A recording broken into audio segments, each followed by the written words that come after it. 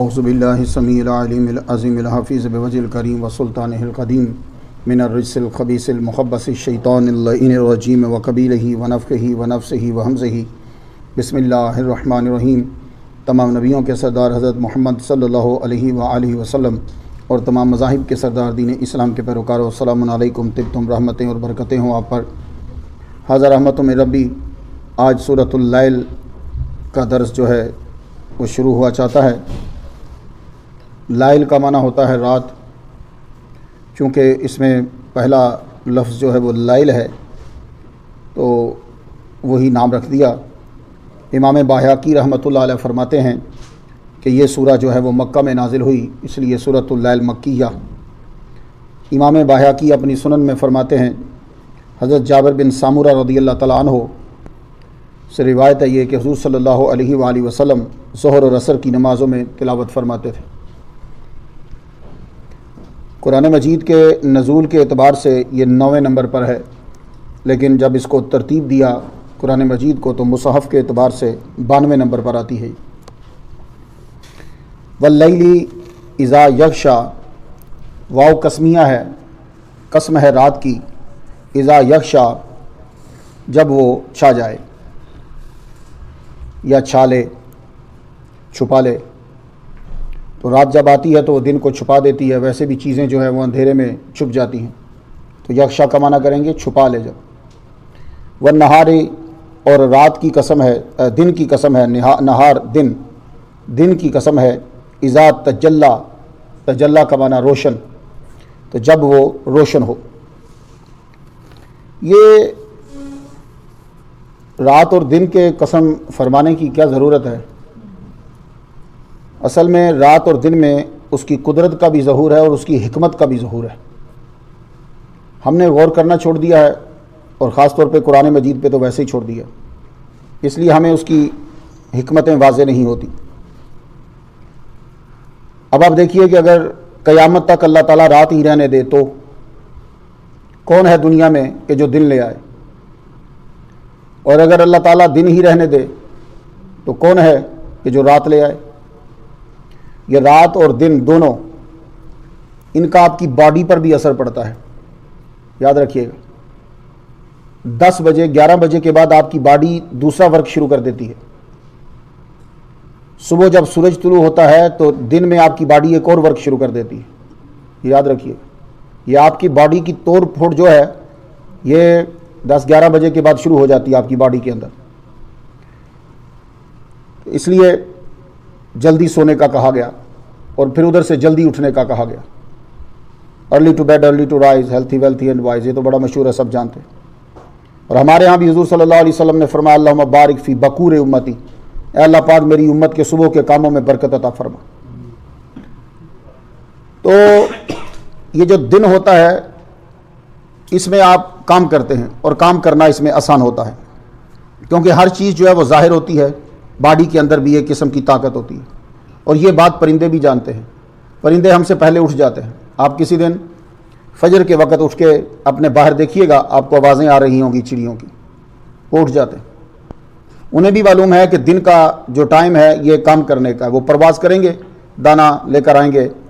شام سورج ڈوبنے کا جب وقت ہوتا ہے وہ آ کر اپنے درختوں پہ بیٹھ جاتے ہیں۔ اب انہیں بھی معلوم ہے کہ آرام کا وقت ہے، تو وہ پرندے جو ہیں یہ 2 نمازیں پڑھتے ہیں۔ ہماری بھی پہلے 2 نمازیں تھیں۔ یہ جو صبح آپ کو بولتے نظر آتے ہیں یہ اصل میں اس وقت نماز پڑھ رہے ہوتے ہیں، اور پھر یہ جب سورج ڈوبتے ہوئے آپ کو چڑیوں کی اکٹھی آواز نظر آتی ہے، خاص طور پہ گاؤں والوں کو پتہ، شہر والوں کو نہیں، شہر میں تو درخت رہنے ہی نہیں دیے ہم نے، تو وہ وہاں اکٹھی ہو جاتی ہے، اس وقت یہ 2 نمازیں پڑھتی ہیں۔ تو یہ وہ بھی جانتے ہیں کہ دن اور رات، تو رات اصل میں آرام کرنے کے لیے ہے، اور جو بہت زیادہ بلا وجہ رات کو جاگتے ہیں، سوتے نہیں ہیں، ان کے اجسام اور طرح کے ہو جاتے ہیں، یہ یاد رکھیے گا۔ جتنا مرضی یہ پوچھو ان لوگوں سے جا کے جن کے ہاں جو ہے وہ رات کا کوئی تصور نہیں ہے، وہ بیچارے سوتے ہیں تو ان کو اس طرح کی نیند نہیں آتی جیسی نیند رات کو سونے والے کو آتی ہے۔ تو اس لیے اللہ تعالیٰ نے رات اور دن اس کی جو ہے وہ قسم یاد فرمائی ہے، اس کی قدرت اور حکمت کا ظہور ہے۔ وما خلق الذکر والانثی، اور اس ذات کی قسم ہے کہ جس نے مرد کو تخلیق کیا، انثی عورت کو تخلیق کیا۔ یہ بہت بڑی بات ہے جناب۔ مرد کون ہے اور عورت کون ہے؟ کچھ مفسرین نے کہا ہر مرد ہر عورت، تو میں یہ کہتا ہوں کہ جب قرآن مجید میں ذکر ہوا ہے تو پھر کوئی بات تو ہے بھائی. اس لیے میں اس کا ترجمہ کرتا ہوں اور اس تشریح کو پسند کرتا ہوں کہ وما خلق الذکر والانثی، قسم ہے اس ذات کی جس نے مرد آدم علیہ السلام کو پیدا کیا، اور قسم ہے اس ذات کی جس نے عورت بی بی اما حوا کو پیدا کیا ہے. اس کی وجہ یہ ہے کہ دونوں کی تخلیق جو ہے وہ سسٹم سے ہٹ کر ہے. آدم علیہ السلام کی جو تخلیق ہے، زمین سے مٹی منگائی گئی، اس کو اس نے اپنے دستے قدرت سے جسم کو بنایا، پھر اس کو 100 سال تک جنت میں رکھ چھوڑا، پھر اپنی روح اس کے اندر پھونکی اور ایک دم سے وہ چلتا پھرتا ہے. آگے اسے اس کی زوجہ کو پیدا کر دیا، ان کی رب سے، پسلی سے. وہ سوئے ہوئے تھے، یہاں ایک پھوڑا جیسے ہوتا ہے ویسے وہ پیدا ہوا، بنا، اس میں سے بی بی حوا ان کے پاس ہیں. تو یہ جو دونوں ہیں اس میں بہت زیادہ قدرت کا اظہار ہے. باقی آگے جو سسٹم چل رہا ہے وہ بھی بڑا زبردست ہے، لیکن وہ بہت عام ہے، یہ بہت کم ہوا. پہلے ہمارے ابا آدم کو اور حوا، تو اس لیے اس کا ترجمہ یہ صحیح رہے گا، وہ ذات کہ جس نے پہلے مرد حضرت آدم علیہ السلام کی تخلیق کی اور پہلی عورت ہماری اما حوا علیہ السلام کی جو ہے وہ تخلیق کی. ان سعیکم لشتی، بے شک تمہاری کوشش ضرور مختلف ہے. شتا شتیت کی جمع ہے، جیسے مریض کی جمع مردہ، تو شتیت یہ شتا مختلف ہے. تو انسان جتنے ہیں اس دنیا کے اندر، ہر ایک کی کوشش جو ہے وہ مین جو ہے وہ دو طرح کی ہوتی ہے، یا اچھی ہوتی ہے یا بری ہوتی ہے. اب آپ نے یہ جو آخری 30 صورتوں کے چننے کا اور میرے مالک کا جو اشارہ ہے، یہ اسی لیے کہ اس کے اندر آپ کی زندگی کے لیے لائے عمل بتایا گیا، کیسے کیسے زندگی گزارنی ہے. بھائی وہ مختلف ہیں. اب آپ سن لیجئے مختلف کیسے ہیں. فَأَمَّا مَنْ آتا وَاتَّقَى، وہ جس نے اللہ کی راہ میں آتا دیا. اب یہ ایک کوشش دیکھ لیں، پہلی کوشش، اچھی کوشش کو پہلے نمبر پہ رکھا. آتا اس نے دیا، وَاتَّقَى خدا کے غضب سے ڈرتے ہوئے گناہوں سے بچا. یاد رکھیے گا. اب یہ اس کی کوشش، وہ دے رہا ہے، اللہ کی رضا کے لیے دے رہا ہے، بخیلی سے کام نہیں کر رہا، مسکینوں کو دے رہا ہے، یتیموں کو دے رہا ہے، غریب رشتہ داروں کو دے رہا ہے، اللہ کے نام پہ دے رہا ہے. یہ اس کی ایک کوشش ہے. اور اس کوشش میں پہلے وہ کمائی کرتا ہے، کمائی کرنے کے بعد پھر وہ اللہ کے نام پہ اس کی راہ میں دیتا ہے، اور دے رہا ہے. دینے والے بہت ہیں. کون ہیں؟ آپ دیکھیں، عیسائی دیتے ہیں، یہودی بھی دیتے ہیں. نیو یارک کے اندر اتنا بڑا جو جائے یہودی بتائے میرے پاس کچھ نہیں، اتنا سامان دیں گے، اتنا زیادہ مہینے کے بعد اپنے پیسوں سے گروسری نہیں کر سکتے، جتنی آپ کی سیلری ہے وہ بھی دے رہے ہیں. سکھ دے رہے ہیں، سکھوں کے ہر گرودوارے کے اندر ہوتا ہے، جہاں جو بھی جائے گا نیا وہ جا کے کھائے گا، ہر ایک دے رہا ہے. لیکن واتقى، وہ اللہ تعالیٰ کے غضب کے ڈر سے گناہوں سے بھی بچتا ہے. کیوں؟ اس لیے کہ نیکی قبول ہی تب ہوتی ہے جب آپ اللہ تعالیٰ کی رضا کے لیے کر رہے ہو. اور وَصَدَّقَ بِالْحُسْنَى، یہ چیزیں یاد کرتے جائیے. اس سے ذہنی عیاشی تو کم ہوتی ہے، لیکن اس سے زندگیاں سنورتی ہیں. یہ ہے وہ اصول جس کے لیے قوم کو تیار کیا جاتا ہے شروع سے ہی. یہ اصول ہے. وَصَدَّقَ بِالْحُسْنَى، اور وہ حسنہ کی تصدیق کرنے کی کوشش کرتا ہے، تصدیق کرتا ہے. اب حسنہ کیا ہے؟ یہ لفظ حسنہ شاید کچھ اور معنی پہ آپ سمجھے، یہ بہت حاوی ہے. حسنہ کے اندر لا الہ الا اللہ محمد الرسول اللہ پہلے نمبر کے اندر ہے. وَصَدَّقَ بِالْحُسْنَى، وہ حسنہ کی تصدیق کرتا ہے. اب اس لیے میں آپ کو بڑے عرصے کے بعد میں نے یہ شروع کیا.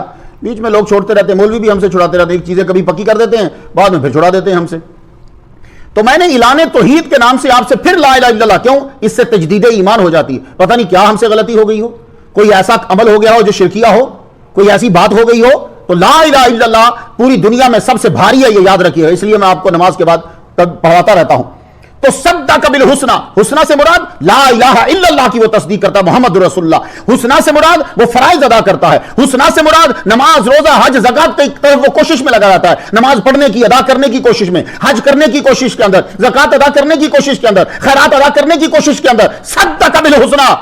کوششیں مختلف ہیں، لیکن پہلے آدمی کی کوششیں یہ ہیں کہ بالحسنى توحید بڑی ضروری ہے، رسالت بہت ضروری ہے، نماز بڑی ضروری ہے، روزہ بڑا ضروری ہے، زکات بہت ضروری ہے. تو وہ ان کوششوں میں لگا رہتا ہے. تو کوششیں مختلف ہیں، مگر ہم کون سی کوشش قبول کریں گے؟ سنیے اب یہ وَصَدَّقَ بِالْحُسْنَى.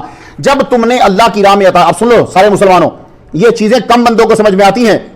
عطا کرتا ہے، واتقى ڈرتا ہے، صدق بالحسنى فرائض و احکامات کی تصدیق کرتا ہے. تو پھر رزلٹ میں کیا ملتا ہے، نتیجے میں کیا ملتا ہے؟ جملہ سن لیجئے، بچوں کے ذہنوں میں بٹھا دیجئے اور اپنے ذہنوں میں بھی بٹھا لیجئے. فَسَنُيَسِّرُهُ لِلْيُسْرَى، ان قریب ہم اس کے لیے آسانی مہیا کر دیں گے.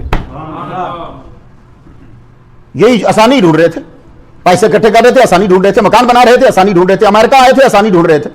بھائی اس لیے تو آئے ہیں یہاں، آسانی ڈھونڈ رہے ہیں، بچوں کو پڑھا رہے ہیں، آسانی ڈھونڈ رہے ہیں. تو آج سورۃ اللیل میں یہ ڈھونڈ لو، وہ کہہ رہا ہے جس نے ساری کائنات بنائی ہے، کہتا ہے آتا واتقا صدق بالحسنی فسنیسرہ. مضارع کے اوپر بابا سید صاحب کدھر گئے، مضارع کے اوپر سین آ گیا. جب مضارع پہ سین آ جائے تو یہ قریبی آ جاتا ہے، یعنی دور کی بات نہیں ہے. فسنیسرہ، ادھر تو یہ عمل کر، ادھر ہم تیرے لیے ان قریب آسانی تیار کر دیں گے. یہ فسنیسرہ کا معنی تیار کرنا، مہیا کرنا، ہم تجھے مہیا کر دیں گے، للیسرا، آسانی مہیا کر دیں گے.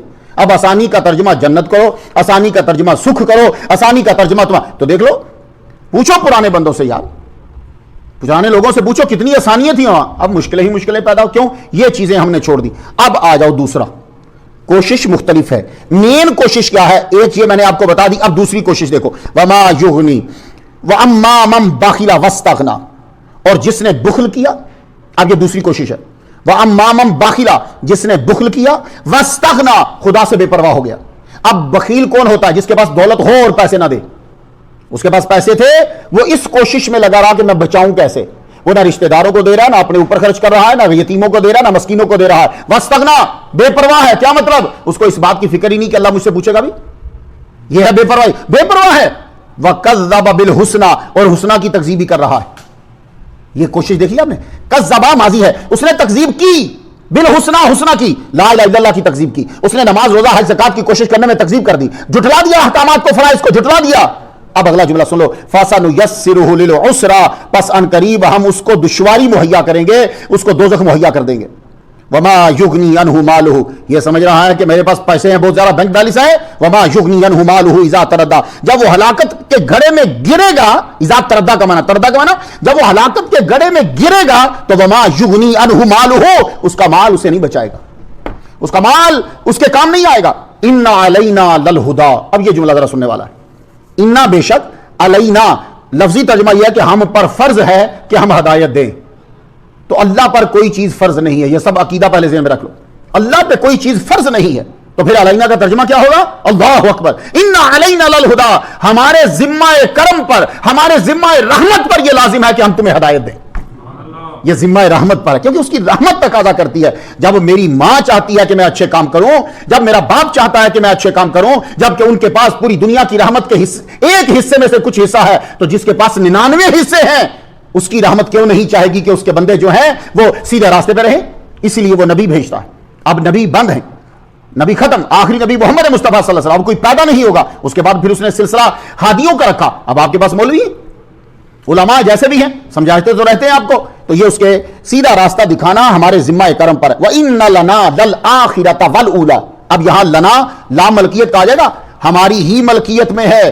للآخرتی، آخرت بھی، والاولا، اولا سے مراد یہ دنیا لیں گے، دنیا بھی اور آخرت بھی دونوں کے ہم مالک ہیں، اس میں ہمارا تصرف چلتا ہے. لیکن یہاں ہم نے تمہیں دیا ہے، لو کرو کرو کرو، تو آخرت میں پھر تمہیں کوئی اختیار نہیں ہوگا.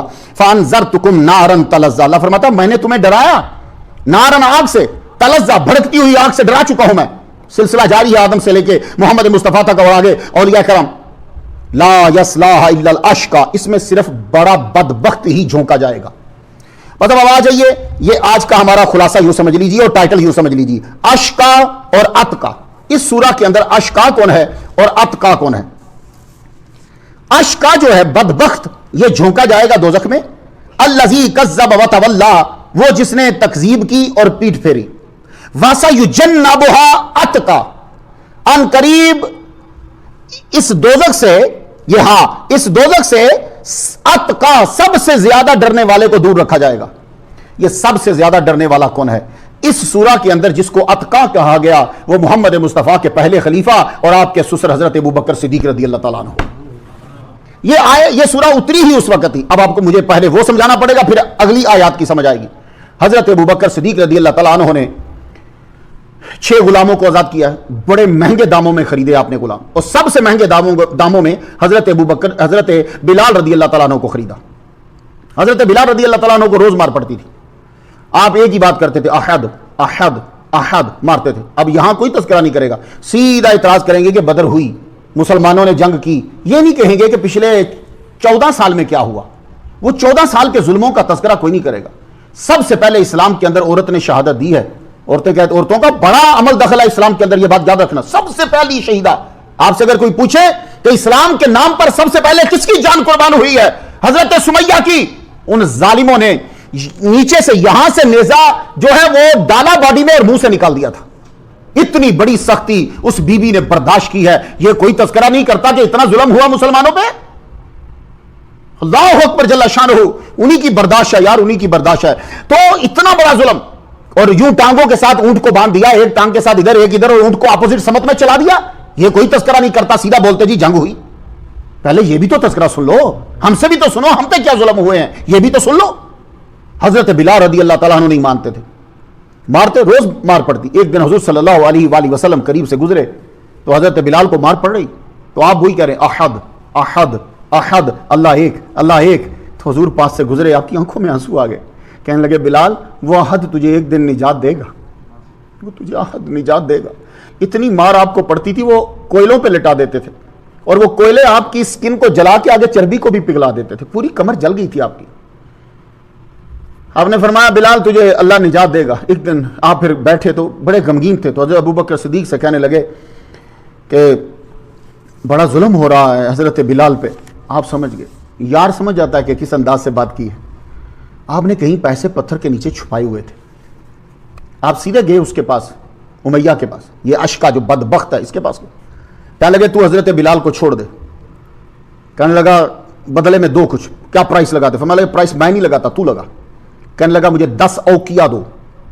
10 اوقیہ، ایک اوقیہ 40 درہم کا ہوتا ہے. آپ نے فرمایا، اور کہتا یہ صرف یہ نہیں، اپنا وہ جو تیرا غلام ہے نا، وہ غلام نستاس، وہ بھی میرے کو دے. وہ وائٹ کلر کا تھا لیکن تھا وہ مشرک. وہ آپ نے 10,000 دینار میں لیا تھا. 10,000 دینار پلس 10 اوقیہ پلس ایک چادر. وہ چادر بڑی قیمتی تھی. حضرت ابوبکر صدیق رضی اللہ تعالیٰ عنہ نے وہ غلام دے کر، چادر دے کر، 10 اوقیہ دے کر، یہ آپ نے حضرت بلال حبشی رضی اللہ تعالیٰ عنہ کو لے لیا. جب آپ نے اٹھایا تو تب وہ اپنے پاؤں پہ چل نہیں سکتے تھے. تو آپ کو معلوم ہے جو آدمی چلتا نہیں تو آپ کیا کرتے ہو؟ آپ اس کے بازو کے نیچے یوں اپنا بازو دے کر سہارا دے کے پھر لاتے ہو. حضرت ابوبکر صدیق رضی اللہ تعالیٰ عنہ حضرت بلال کو یوں لے کر، ان کے پاؤں زمین کے ساتھ یوں لگ رہے تھے، وہ چل نہیں پا رہے تھے. سیدھا حضور کے پاس لے گئے. جب جا کے حضور کی بارگاہ میں پہنچے تو ایک دم سے آپ ذہن سے نکل گیا، آپ نے ہاتھ کھینچا، وہ دھڑام سے گرے. سرکار صلی اللہ علیہ وسلم کے قدم مبارک پہ سر، کیا یار شان ہے ان کی.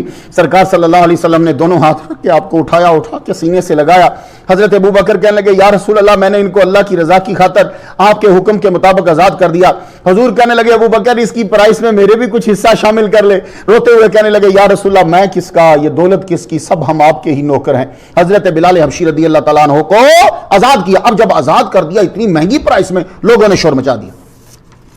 یہ کوئی کام کیا ہوگا بلال نے، احسان کیا ہوگا، تبھی 10,000 دینار کا وہ غلام اور ایک چادر اور 10 اوقیہ دے کر آزاد کروایا.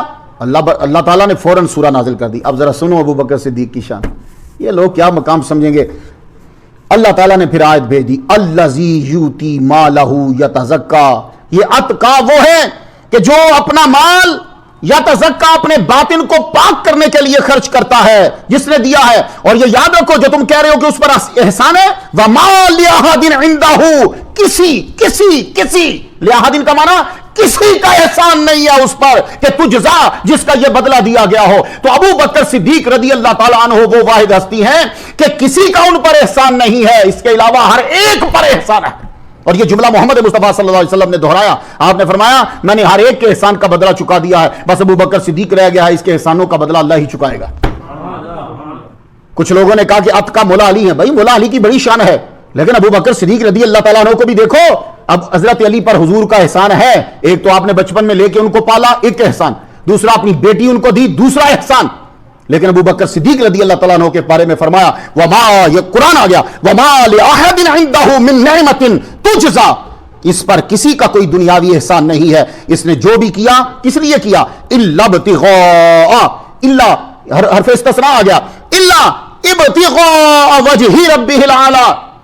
اس نے ابتغاء چاہتے ہوئے، وجہ ربہ اپنے رب کی رضا، وہ رب جو اعلیٰ ہے، اعلیٰ رب کی رضا چاہتے ہوئے اس نے یہ سب پیسے خرچ کیے ہیں. آپ کے ابا نے کہا، ابو بکر صدیق کے ابا نے کہا یہ کیا تو عورتیں جو کنیز ہیں ان کو خرید کے آزاد کر دیتے ہو. آپ ایک دفعہ گزر رہے تھے تو 2 بچیاں دو عورتوں کو ان کی مالکن کہہ رہی میں تمہیں کسی قیمت پہ آزاد نہیں کروں گی، تم سوچتی ہو کہ اسلام قبول کر لیا اب تمہیں میں آزاد کر دوں گی۔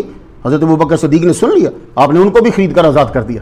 ایک عورت تھی، ان کی بینائی چلی گئی، وہ پہلے کلمہ انہوں نے پڑھا، ان کا نام زنیرہ، تو ان کی بینائی چلی گئی، تو کافروں نے مشہور کر دیکھا لات اور عزا کی توہین کری تو تیری بینائی چلی گئی۔ آپ ایک دن رب کی بارگاہ میں روئی، مالک میں نے بت پرستی چھوڑی، میں نے اللہ کو مانا، میں نے لات کو چھوڑا، میں نے منات کو چھوڑا، یہ لوگ تانا مارتے ہیں کہ بتوں کو چھوڑا اس لیے بینائی چلی گئی، دعا مانگ کر ہٹی، رب تعالیٰ نے ان کی بینائی دوبارہ انہیں عطا فرما دی۔ انہیں بھی حضرت ابوبکر صدیق رضی اللہ تعالیٰ عنہ نے خرید کر آزاد کیا ہے۔ تو ان کے ابا پھر ایک دن کہنے لگے، ابو قحافہ کہنے لگے یار کوئی ینگ خرید کر آزاد کیا کرو، کل کو تیرے باڈی گارڈ بنے، کل کو تیرا سہارا بنے، تو یہ کیا تو بوڑھے بوڑھے کمزور سے غلام خرید کے تو یہ آزاد کرتا رہتا ہے۔ ہائے ہائے ہائے، آپ نے کہا الا ابتغاء وجہ رب العالی، اس وقت بولے رب نے وہی جملے یہاں کے، آپ نے کہا ابا میں اپنے لیے خرید کر آزاد نہیں کرتا، میں اللہ کی رضا کے لیے خرید کر آزاد کرتا ہوں۔ تو وہی جملہ آ گیا الا ابتغاء وجہ رب العالی، وہ شخص کس لیے خرچ کرتا ہے؟ رب کی رضا کے لیے۔ آگے جملہ زبردست ہے، وَلَا سَوْفَ يَرْضَىٰ، یہ سوفا بھی ان قریب کے لیے آتا ہے، مضارع پہ داخل ہوا، وَلَا سَوْفَ يَرْضَىٰ، ان قریب اس کا رب ضرور راضی ہوگا۔ تو پھر ہوا آیت آگئی رضی اللہ عنہ ورضوا عنہ، یہ آگئی، تو یہ رضی اللہ ہے، ابو بکر صدیق رضی اللہ تعالیٰ عنہ جنتی، ابو بکر صدیق رضی اللہ تعالیٰ عنہ عتیق، دوزخ سے آزادی کا ٹائٹل آپ کو دنیا میں ہی مل گیا۔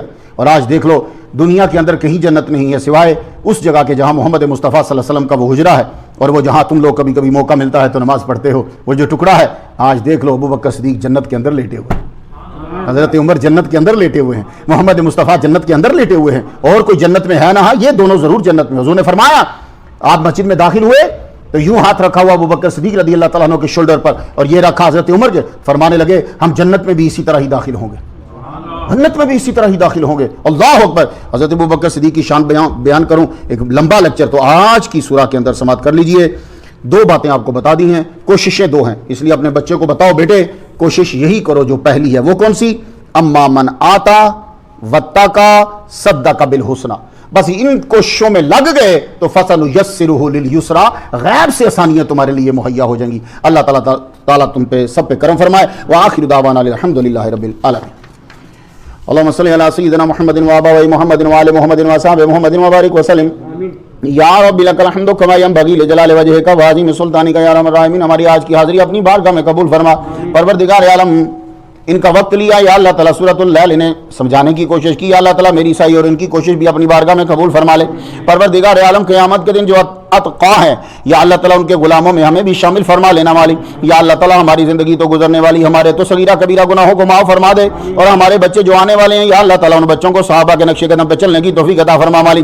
یا اللہ پاک جتنے لوگ سن رہے ہیں یا اللہ جن لوگوں نے بھی جہاں جہاں ہیں جس ملک میں ہیں جو دعاؤں کے لیے کہا، سب کی دعائیں اپنی بارگاہ میں قبول فرما لے۔ یا اللہ کوئی خود بیمار ہے یا گھر والا بیمار ہے، بچوں میں سے کوئی بیمار ہے یا اللہ سب کو شفا کلی عطا فرما والی۔ آج جس نے افطاری پکائی ہے، کھلائی ہے، تقسیم کی ہے، یا اللہ تعالیٰ سب کے رزق میں برکت پیدا فرما دے۔ وہ بیویاں جو گھروں کے اندر سحری بناتی ہیں، اٹھ کے افطاری تیار کرتی ہیں، یا اللہ تعالیٰ ان کو بھی صحت و تندرستی عطا فرما مالی۔ پروردگار عالم ساری زندگی اپنا محتاج رکھنا، دنیا کی محتاجی سے نجات عطا فرمانا۔ مسلمان دنیا کے کسی بھی بارڈر پر ہیں، کسی بھی ملک میں ہیں، یا اللہ تعالیٰ سب کی جان کی، مال کی، ایمان کی حفاظت فرما مالی۔